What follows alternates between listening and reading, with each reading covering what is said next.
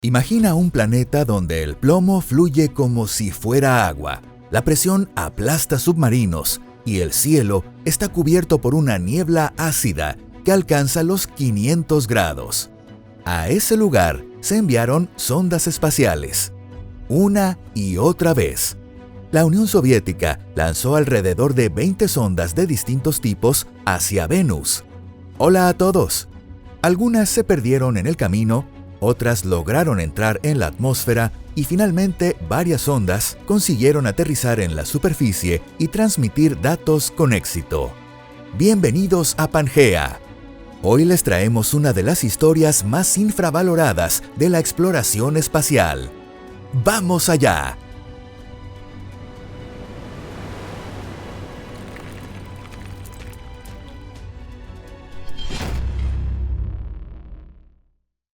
¿Por qué Venus? Durante mucho tiempo, Venus fue considerado un planeta muy parecido a la Tierra, casi como un planeta hermano. Tiene prácticamente el mismo tamaño, una masa similar y se encuentra justo al lado en el sistema solar.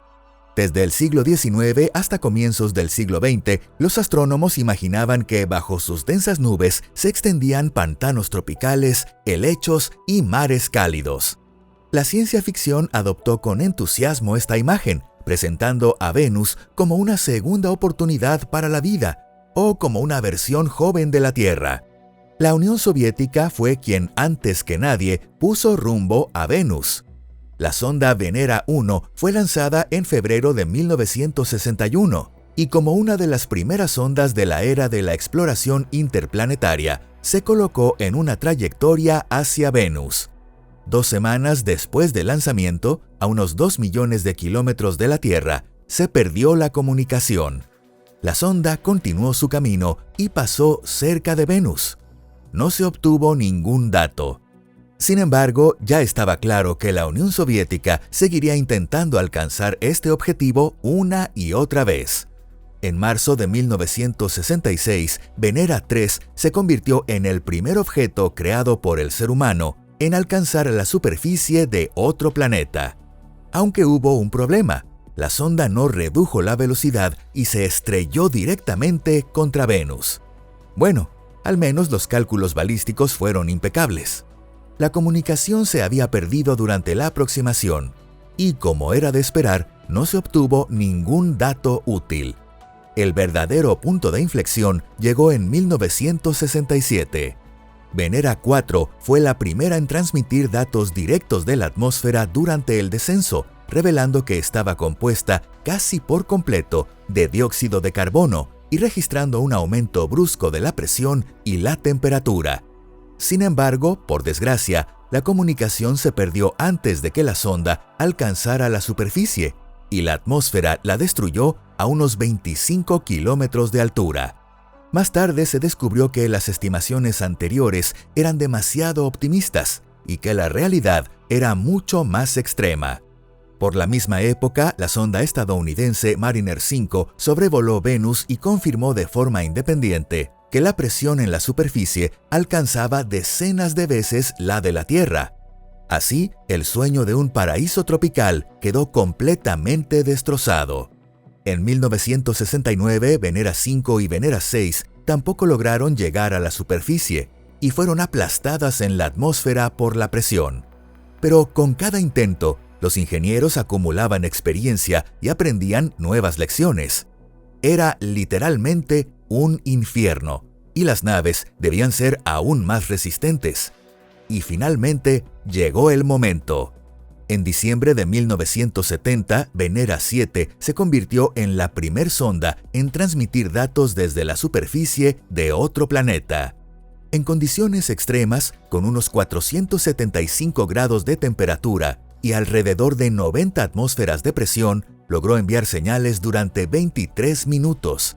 Y finalmente, la señal se extinguió. El primer mensaje enviado a la humanidad desde la superficie de otro mundo. Sin exagerar, fue una hazaña de una magnitud incalculable. Mientras Estados Unidos centraba su atención en la Luna y Marte, la Unión Soviética desarrolló un sistema de exploración planetaria con un objetivo muy claro, es decir, entrar en la atmósfera de Venus, resistir el mayor tiempo posible y transmitir datos desde la superficie. Y lograron cumplir este desafío con éxito. Fue el resultado de un esfuerzo gigantesco. Detrás de cada sonda había un equipo enorme, especialistas en balística que calculaban trayectorias con años de antelación, expertos en diseño térmico que buscaban formas de mantener el interior de la sonda dentro de los límites operativos el mayor tiempo posible, ingenieros que afrontaban el desafío de mantener una presión interna de una atmósfera frente a un entorno externo de 90 atmósferas, y desarrolladores de sistemas de comunicación capaces de enviar datos a cientos de millones de kilómetros a través de una atmósfera extremadamente densa. Así, Venera 13 y Venera 14, lanzadas en 1981, fueron la culminación de más de 10 misiones previas que, mediante ensayo y error, demostraron cómo Venus destruye cualquier máquina que llega a él. Para entonces, los científicos ya no albergaban ninguna ilusión. Este planeta destruye todo lo que se posa en él. Y el mayor desafío era construir una sonda capaz de completar su misión antes de ser inevitablemente destruida por el propio planeta. Configuración de la misión y lógica del vuelo.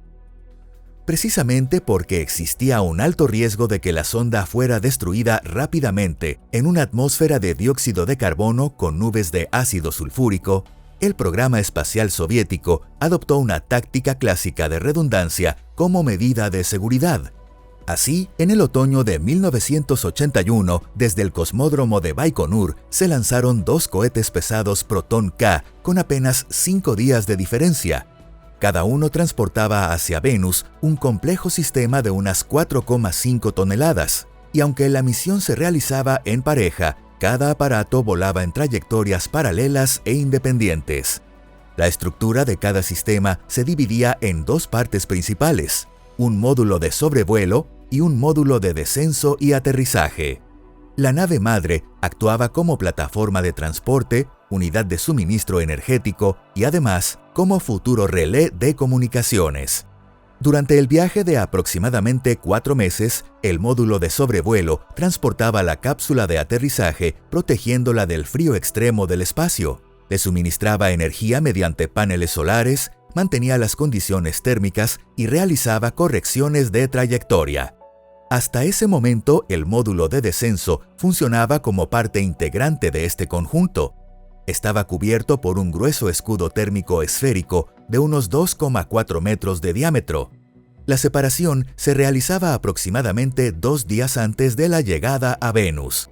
Se activaban pernos explosivos y, mediante resortes, la cápsula era expulsada, entrando cada una en una trayectoria balística hacia el planeta. Al mismo tiempo, la nave madre ejecutaba una maniobra de evasión y sobrevolaba Venus a una altitud de unos 36.000 kilómetros. A partir de ese momento, su función cambiaba. Pasaban a convertirse en relés, encargados de recibir las señales enviadas desde la superficie por el módulo de aterrizaje y retransmitirlas hacia la Tierra. A partir de aquí, todo entraba en el dominio del control completamente automático. Debido al retraso en las comunicaciones, la intervención manual era imposible, lo que significaba que todo debía estar calculado de antemano, sin margen alguno para el error, en un único intento decisivo. Uno de los aspectos más críticos era el ángulo de entrada en la atmósfera. A una velocidad de unos 11,2 kilómetros por segundo, la sonda debía entrar en un corredor balístico extremadamente estrecho, penetrando en la atmósfera con un ángulo de 20 grados. Si el ángulo era demasiado pronunciado, existía el peligro de soportar cargas de hasta 170 G, junto a un calentamiento extremo. Si era demasiado bajo, la densa atmósfera la rechazaría y la devolvería al espacio. Basta imaginar el nivel de dificultad y el riesgo implicado, donde el más mínimo error podía resultar fatal. Solo superar esta fase ya era en sí mismo un logro asombroso. Pero, por supuesto, eso no era suficiente, y llegó el momento de iniciar la misión en serio. Y en realidad, esta ya había comenzado mucho antes del aterrizaje. Durante aproximadamente una hora de descenso atmosférico, la sonda debía recopilar datos de forma continua sin interrupciones. A lo largo de todo el trayecto hasta la superficie, construía perfiles de temperatura, presión y densidad, analizaba la composición y estructura de las capas de nube de ácido sulfúrico que se extendían por varios kilómetros, e incluso intentaba detectar actividad eléctrica con el instrumento GROSA 2 para confirmar la presencia de relámpagos, sin desperdiciar ni un solo instante. Sí, había que darse prisa. Recuerda que el destino de la sonda ya estaba decidido en cuestión de segundos, incluso antes de entrar en la atmósfera. Esta misión no dejaba ningún margen de maniobra. No se contemplaban en absoluto reintentos, como volver a tomar muestras del suelo, reiniciar equipos o corregir errores. El tiempo disponible para transmitir datos estaba estrictamente limitado por la resistencia térmica de la sonda y por la ventana en la que el relé orbital permanecía dentro del alcance de comunicación. Cualquier fallo grave durante la desaceleración, el aterrizaje o las operaciones en superficie significaba el final inmediato de toda la misión. Estructura para sobrevivir. Ahora cambiemos un poco la perspectiva y asomémonos al interior de la sonda para entender cómo fue posible que resistiera en Venus no solo unos minutos, sino casi 2 horas completas. Para empezar, conviene recordar que el mayor problema era la combinación simultánea de 3 factores: una presión brutal, temperaturas que superaban todos los límites, y dióxido de carbono en estado supercrítico, con propiedades tanto de gas como de líquido. Era literalmente un entorno de pesadilla para cualquier máquina. La idea que eligieron los ingenieros se acercaba mucho a construir un submarino espacial. El módulo de descenso fue diseñado como una robusta esfera de titanio, capaz de resistir al máximo la compresión externa. Y esta comparación no es casual.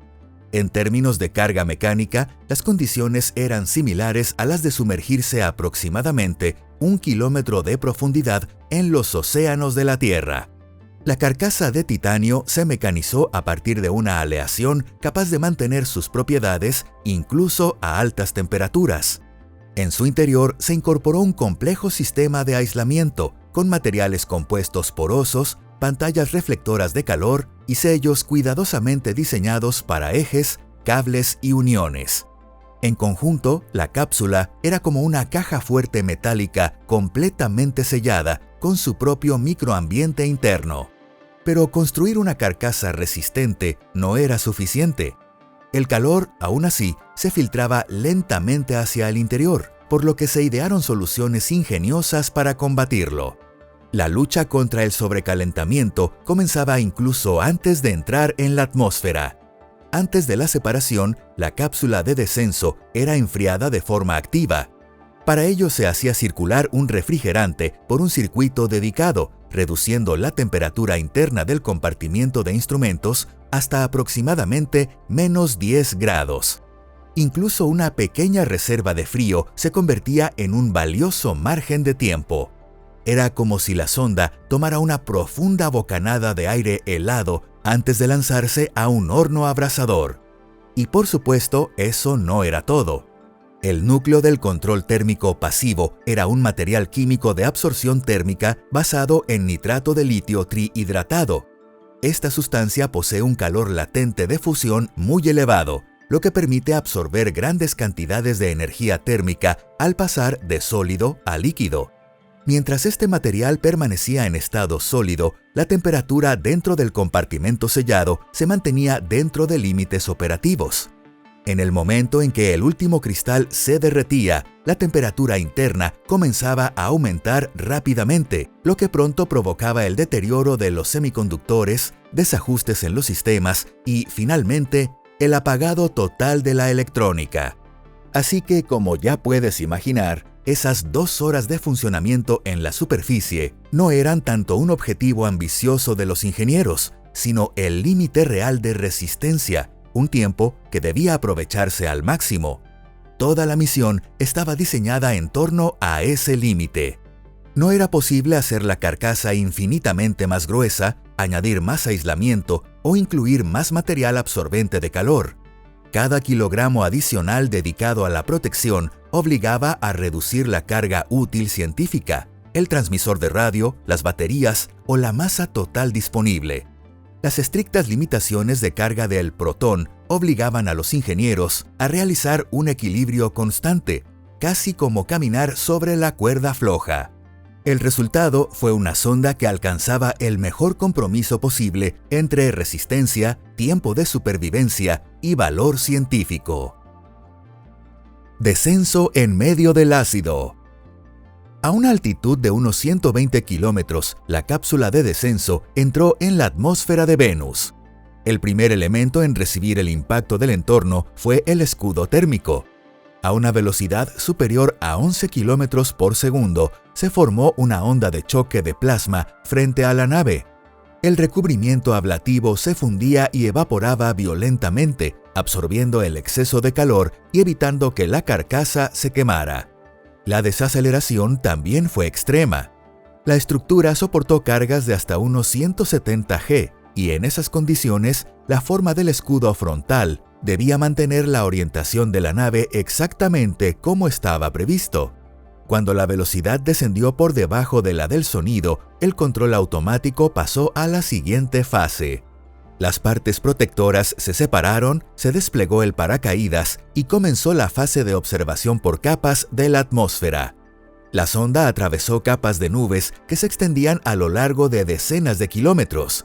El nefelómetro óptico midió la estructura y densidad de la niebla al atravesarla, mientras que los sensores químicos detectaban la presencia de finos aerosoles de ácido sulfúrico concentrado. Al mismo tiempo, el espectrómetro de masas y el cromatógrafo de gases analizaban el entorno gaseoso. La telemetría mostraba que más del 96% estaba compuesto por dióxido de carbono, además de nitrógeno y pequeñas cantidades de compuestos de azufre. Además de ser extremadamente densa, esta atmósfera presentaba una intensa actividad eléctrica. El sistema GROSA-2 y su conjunto de sensores captaron pulsos electromagnéticos compatibles con posibles descargas eléctricas, indicando que la sonda atravesaba una zona turbulenta donde la niebla ácida y los procesos eléctricos hacían el entorno aún más hostil. En la Tierra, un paracaídas suele asociarse con un aterrizaje suave, pero en Venus su función era algo distinta. Era necesario en las capas superiores para reducir la velocidad y dar tiempo para que los instrumentos trabajaran dentro de las nubes. Pero cuanto más tiempo permanecía en las capas bajas, más consumía el valioso tiempo de vida de la sonda. Cuanto más prolongada era la exposición al calor, más rápido se derretía el material químico de almacenamiento térmico. Por ello, a unos 47 kilómetros de altura, el sistema automático cortó el paracaídas y la cápsula continuó el resto del descenso en un modo aerodinámico de alta velocidad. En esta fase, el único elemento de estabilidad y desaceleración era un escudo anular rígido instalado en la parte superior de la esfera de titanio. ¿Y cómo fue posible que la nave no se hiciera pedazos con un sistema tan limitado? En realidad, cerca de la superficie, la densidad del dióxido de carbono aumentaba tanto que la atmósfera ofrecía una resistencia casi líquida, suficiente para mantener la velocidad de descenso dentro de los límites aceptables. Como es lógico, el tiempo de descenso estaba calculado con gran precisión para minimizar el calentamiento y maximizar el tiempo de operación en la superficie. Y a medida que se acercaba al suelo, la física del fenómeno cambiaba aún más. La densidad de la atmósfera aumentaba hasta comportarse más como un fluido que como un gas desde el punto de vista aerodinámico. Gracias a este entorno de altísima densidad y a la resistencia del anillo, la nave se estabilizó y su velocidad vertical se redujo a unos 7 u 8 metros por segundo. La fase final del descenso fue, en esencia, un impacto controlado contra la superficie. Para absorber el golpe, en la parte inferior se instaló un amortiguador toroidal de paredes delgadas, similar a un donut metálico hueco. Al contactar con el duro suelo basáltico, esta estructura se deformaba plásticamente, aplastándose y absorbiendo la mayor parte de la energía cinética de la nave de varias toneladas, protegiendo así el cuerpo principal de titanio. Este fue el momento más crítico de toda la misión. Existía el riesgo de perder la comunicación por deformación de la antena, daños en los circuitos por sobrecarga o microfracturas en la carcasa, pero la señal portadora se mantuvo y los datos siguieron transmitiéndose al relé orbital. Eso confirmó que la cápsula había resistido el impacto, mantenía la orientación de su antena y permanecía en una posición estable sobre la superficie de Venus. Este riesgo realmente valió la pena. El rápido paso por las capas bajas de la atmósfera fue decisivo y el tiempo ahorrado se convirtió directamente en datos científicos. La sonda ya había alcanzado la superficie, pero en el interior el tiempo seguía corriendo en cuenta regresiva. Y así comenzaba por fin la fase final, el objetivo para el que se había diseñado todo este complejo sistema. En el fondo de un océano de atmósfera. En el mismo momento en que se confirmó el aterrizaje, el sistema automático liberó la cubierta del telefotómetro y comenzó una de las fases más impresionantes y al mismo tiempo más difíciles de toda la misión: la obtención de imágenes. Una cámara de televisión convencional no era adecuada para Venus.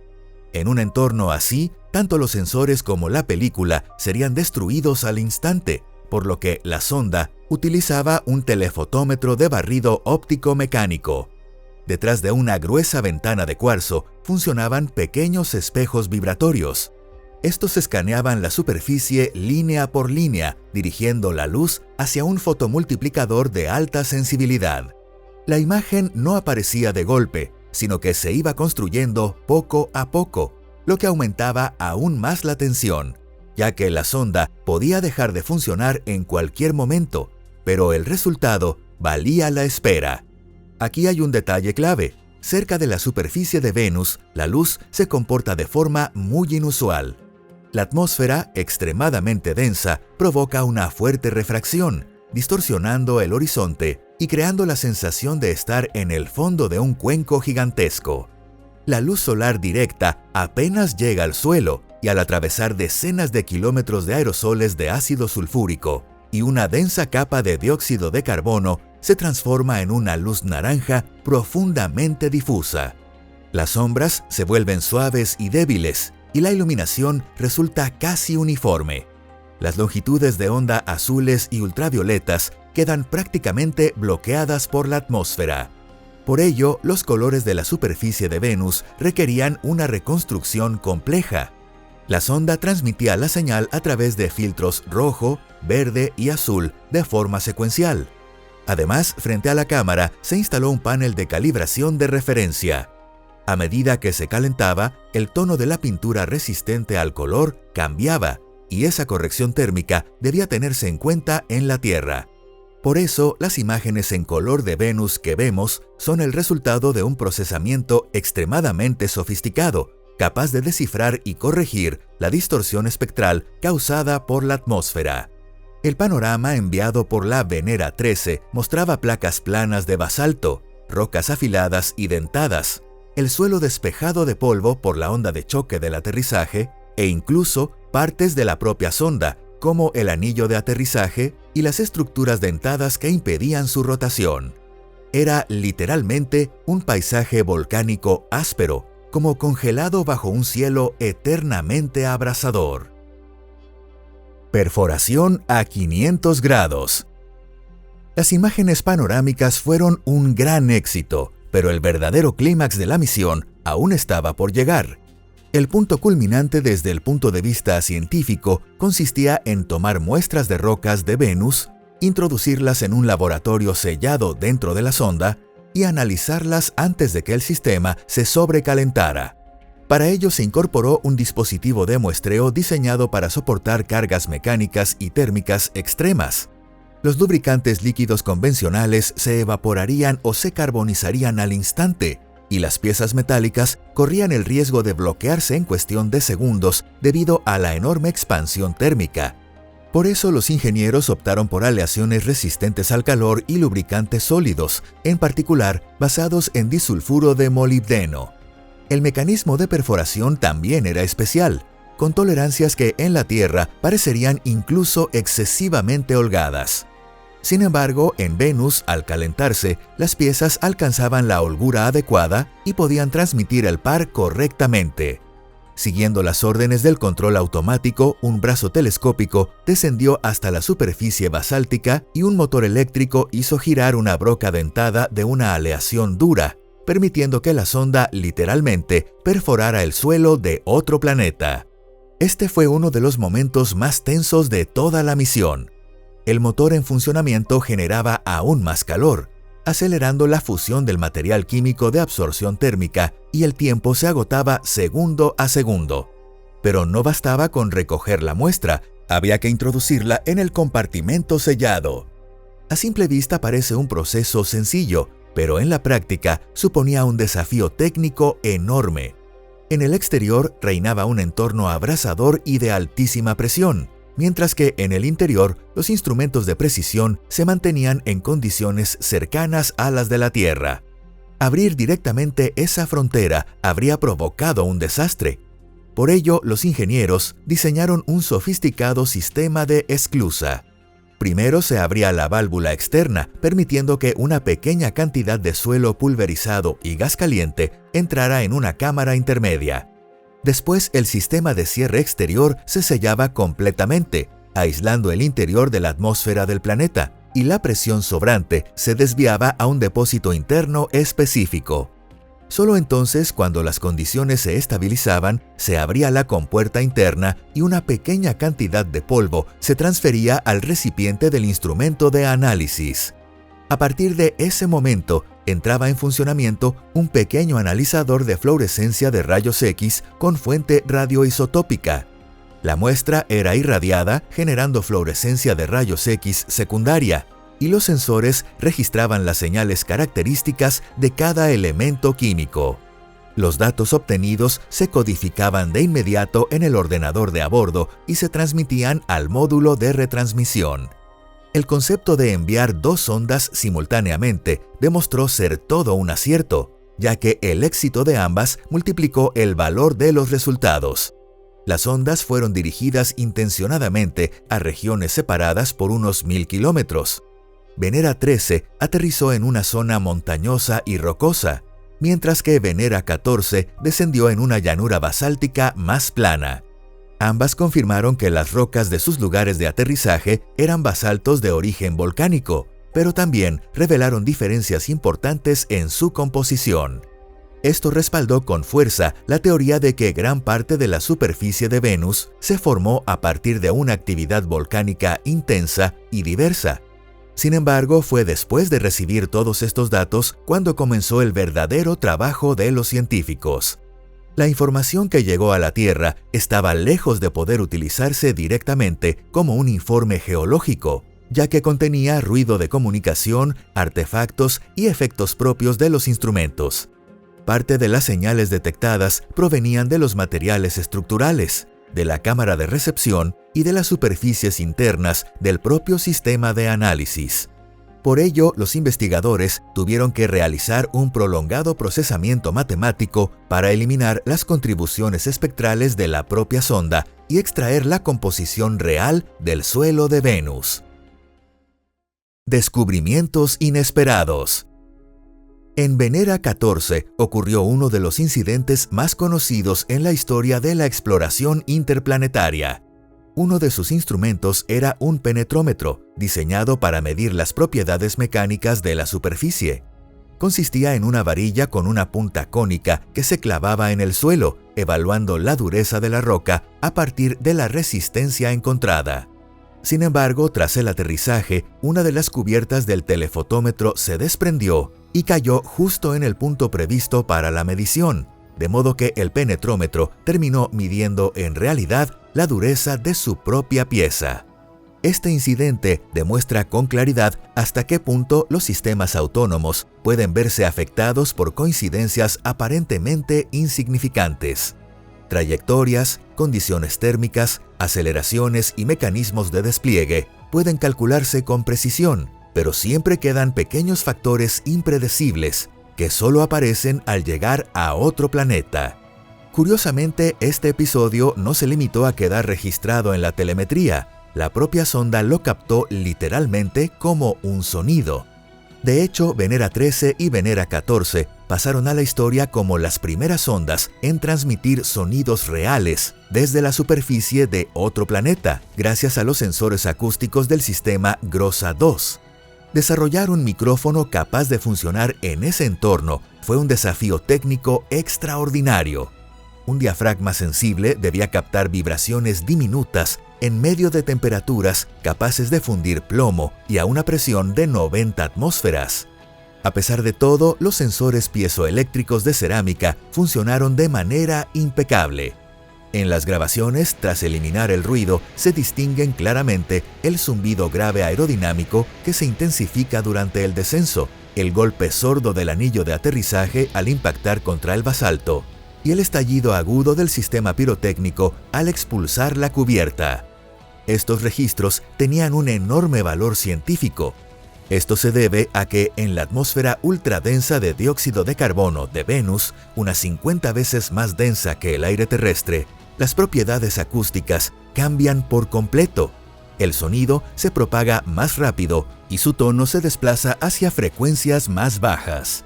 Al escuchar el zumbido rítmico del taladro en funcionamiento y el tenue sonido ambiental del viento inferior a 0,5 metros por segundo cerca de la superficie, la humanidad logró por primera vez ir más allá de ver otro planeta y literalmente sentirlo. El final durante la transmisión. En la fase final de la misión, la capacidad de enfriamiento dentro de la sonda estaba prácticamente agotada. El nitrato de litio trihidratado se había derretido por completo, el proceso de absorción de calor había cesado en la práctica y la temperatura dentro del compartimento sellado comenzó a aumentar rápidamente. Lo primero que se manifestó fue la pérdida de estabilidad de los sistemas electrónicos. Luego llegaron anomalías en la telemetría, aumento de ruido, errores en los datos y fallos en el transmisor de radio. El oscilador de cuarzo salió de su rango operativo, la señal se debilitó y se volvió intermitente, dificultando cada vez más su recepción por el módulo de retransmisión. Este proceso fue observado desde la Tierra casi en tiempo real y se repitió 2 veces con varios días de diferencia. Cada sonda continuó funcionando hasta el límite físico posible, hasta el instante en que sus circuitos dejaron de operar por completo debido al entorno abrasador. Venera 13 operó durante 127 minutos en la superficie, superando ampliamente el tiempo mínimo previsto. Venera 14, sometida a condiciones y cargas distintas, funcionó durante unos 57 minutos. En un entorno tan extremo, ambos resultados son extraordinarios, y lo más importante es que los objetivos principales ya se habían cumplido para entonces. Las ondas transmitieron imágenes panorámicas de 2 regiones distintas, datos atmosféricos, resultados del análisis del suelo e incluso débiles señales acústicas, permitiéndonos por primera vez conocer los sonidos de otro planeta, como el leve viento o el rumor de su atmósfera. Así, el programa soviético de exploración de Venus demostró que la humanidad podía llegar a su superficie y realizar observaciones científicas reales, y estas misiones en pareja representaron la cúspide de la tecnología de su época. Si te ha gustado este video, no olvides darle like y compartirlo con tus amigos. Gracias por verlo. Nos vemos en el próximo. ¡Hasta luego!